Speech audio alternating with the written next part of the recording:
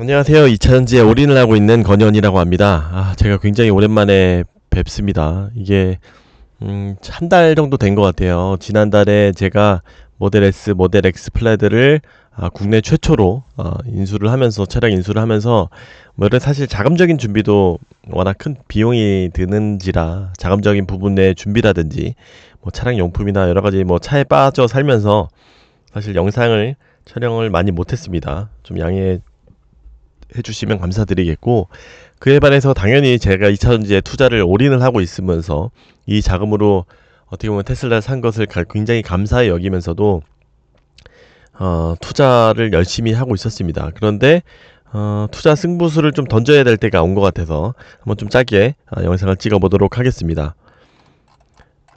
플레드 이야기, 테슬라 투자 이야기는 뭐 나중에 다 하고, 플레드도 실제 사용기도 좀 나중에 말씀을 드리면 좋을 것 같고, 테슬라 투자 같은 경우는 280달러까지 오면서 제가 저점 매수를 좀 많이 성공적으로 해서 미국 자산은 전혀 문제가 없습니다. 역대 최고의 자산 수치를 보여주고 있고요. 테슬라 모델 Y 같은 경우는 좀 짧게 언급을 좀 해야 될 것 같아요. 지난주 금요일날 파격적으로 5,699만원에 출시되었습니다. 이제 보조금까지 하면은 뭐 4천만원 후반대까지 간다는 이야기겠지만, 보조금 좀 어느 정도 한계가 있을 것 같아요. 그래서 이게 워낙 파격적인 금액이어서 원래 8천만원 정도 때는 했었는데, 제 테슬라에 관심 없는 제 친한 친구도 이번에 제 리퍼럴 코드를 통해서 하나 주문을 할 정도로 매력적인 가격입니다. 근데 이거는 중국 CATL 배터리죠. LFP 배터리입니다. 그만큼 뭐 단점도 있습니다. 주행거리가 350에서 400 정도밖에 안 되는 단점, 후륜 구동의 단점, 그다음에 뭐 막연한 이 중국 배터리에 대한 불신, 화재 위험성, 뭐 이런 것들이 뭐 겨울철 주행거리 급감 이런 것들에도 불구하고 주문량이 거의 첫날 2만 대, 3만 대 정도 나왔다고 하는 것 같아요. 이 인기는 사실 너무나 가격적인 매력은 우리나라 소비자까지 움직이게 한다라는 그 부분을 차치하고, 이게 지금 왜 이렇게 LFP 배터리 진출이 이게 확대가 되고 있느냐라고 봤을 때, 지금 이게 다 IRA 법안 때문에 그래요. 미국 시장에서 원래 나가던 스탠다드 모델 같은 경우는 이게 원래 LFP 배터리가 많이 쓰였는데 지금 미국으로 못 나가죠. 그런 것들이 지금 유럽이나 기타 국가로 이렇게 물량 배분이 지금 치열하게 이루어지고 있는 겁니다. 그래서 우리가 기댈 것은 미국 시장이다. 미국 시장은 우리가 최대한 다 먹어야 된다. 물론 전량을 다 먹지 못하겠지만 이런 것들이 다 글로벌적으로 지금 물량 배분이 다시 이루어지고 있다라고 보면 좋을 것 같아요. 우리는 여기 비전 3에도 나왔듯이 모델 S, 모델 X, 이제 사이버 트럭이 지금 이제 제가 어제 사진 공유 텔레그램으로 공유 드린 대로 사이버 트럭이 이제 출시가 되는 거죠. 굉장히 큰 기대를 걸고 있고, 우리가 확실히 3원계가 미국 시장을 다 잡아야 되고, 우리 테슬라는 확실히 LFP를 많이 쓰는 것은 부정할 수 없습니다. 그거 말고 롱레인지나 퍼포먼스 모델에서 최대한 MS를 확보를 하고, 테슬라 말고도 뭐 GM 포드나 이런 애들은 확실히 3원계를 더 중시하고 있으니 그런 것들을 최대한 많이 흡수를 해야 됩니다. 모델 2 이런 부분은 다음에 이야기를 하고요. 우리의 파우치, 우리도 당연히 LFP 배터리를 못하는 거 아닙니다. 미국 시장 같은 경우는 우리 LFP를 당연히 미국에서 써야 되고, 우리 뭐 하이만간 이런 차세대 배터리도 굉장히 잘 될 것으로 예상이 되고 있습니다. 이런 장기적인 얘기는 다음 시간에 한번 해야 하는 것으로 하고요. 지금 더 중요한 것은 많은 분들이 기대하고 계시는 바는 2차전지 이야기일 겁니다. 2차전지가 확실한 주도주로 자리를 잡았습니다. 말 그대로 저는 2차전지 섹터에 올인을 한 지 지금 몇 년째 되고 있는데, 한번 요즘에 좀 상황을 많이 말씀드려보면 완전히 지금 에코프로의 시대가 왔죠. 거의 사실 저의 예상보다도 훨씬 더 많이 가고 있는 것 같습니다. 저는 에코프로를 중간에 팔았어요. 저도 그렇게 많이 공부했다라고 하지만, 이거 저는 공부가 된 사람만이 이 수익을 온전히 누릴 수 있다라고 생각하는 사람인데도 불구하고, 저는 좀 더 보수적인 투자를 하는 사람이어서 그런지 중간에 이탈을 했습니다. 굉장히 아쉽기도 합니다.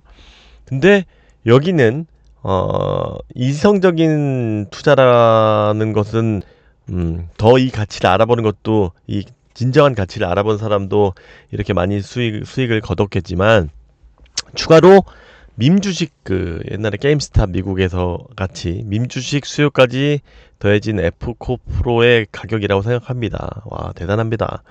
개미들이 지금 처음 본 공매도 척결하자 이런 단체방이나 이런 게시판 가보면 난리더라고요. 이런 적이 없었습니다. 사실 우리나라 개미들에게 너무나 바람직한 상황이긴 하고요. 2차 전지에 올인한 투자자로서는 에코프로가 사실 부럽기도 합니다. 그리고 또한 이 포스코 그룹의 비중이 사실 제가 크지는 않았었는데, 물론 나중에 포스코 홀딩스가 좀 들어간 부분이 있지만, 포스코 그룹이 이렇게까지 완전히 2차 전지를 지배할 줄, 그 제 예상보다도 훨씬 더 지배가 컸던 것 같아요.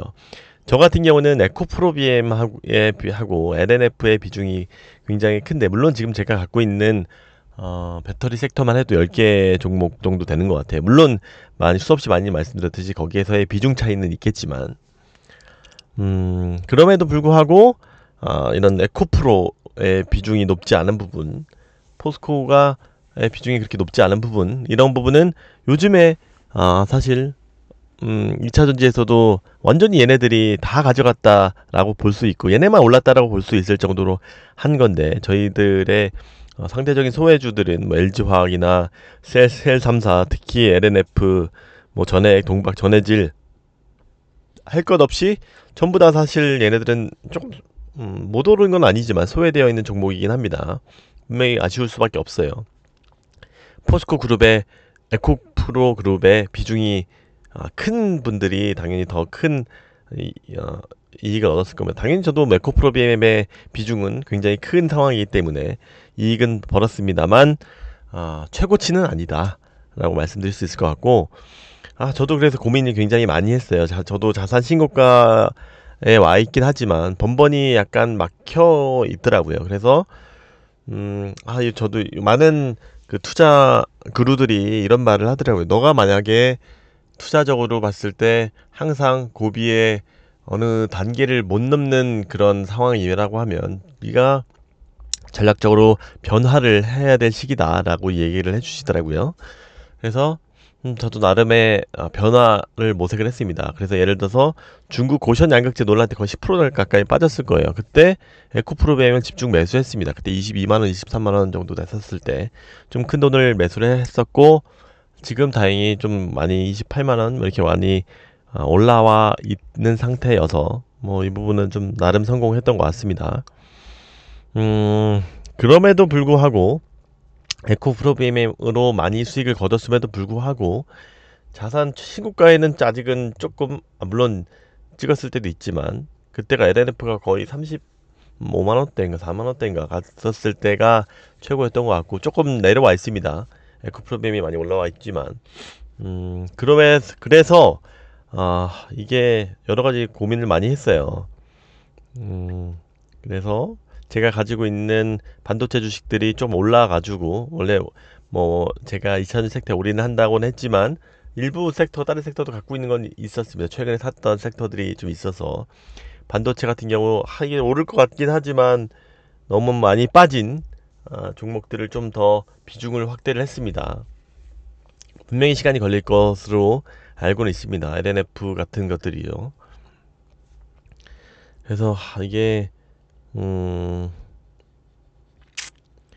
좀 아쉬운 부분이 분명히 있었습니다. 지금 그럼에도 불구하고 LNF 이야기를 좀 안 할 수가 없는데, 굉장히 저도 LNF에 아쉬움을 많이 갖고 있는 사람 중에 하나입니다. 이제 많은 여러 투자자분들, 뭐 무영님이나 강남오리님이나 이런 분들이 좀 허탈감과 이런 컴플레인을 많이 받으시는 걸 보고 저도 이게 너무나 아쉽더라고요. 저도 물론 이제 다른 종목들에 많이 저는 분산 투자, 거기다가 올인하는 건 아니지만 비중을 많이 태우고 있는데, 이것들을 너무나 이런 가격 차이가 많이 나고 하는 것들을 보니까, 야, 이거 오히려 저는 좀 더 장기 투자하는 마음으로 좀 더 태웠어요.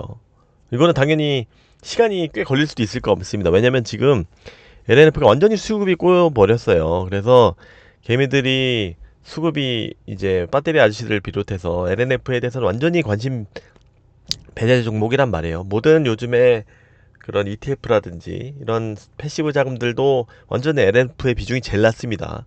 수직 계열화 잘된 기업들 뭐 이런 중심으로 미래세 펀드도 다 만들어지고 있는데 LNF는 거의 최하 순위까지도 내려갈 정도로 이런 기관들에게도 소외받고 있고 개미들한테도 소외받고 이런 상황에서 그 기관이나 외국인들이 공매도가 얼마나 쉽겠습니까? 못 오르는 상황이니까. 그러니까 완전히 그냥 밥이 되는 겁니다. 그래서 이 수급적으로 굉장히 안 좋은 상황임은 틀림이 없습니다. LNF가 거의 최악의 상황을 겪고 있습니다. 그래서 그럼에도 불구하고 이런 가치적으로는 숫자적으로는 거의 말도 안 되는 가격을 받고 있습니다. 그래서 그런 다 알고 있단 말이에요. 모든 분들이. 그럼에도 불구하고 이게 안 가요. 이게 완전히 거의 수급이 죽은 지금 소재 정도가 된 거죠.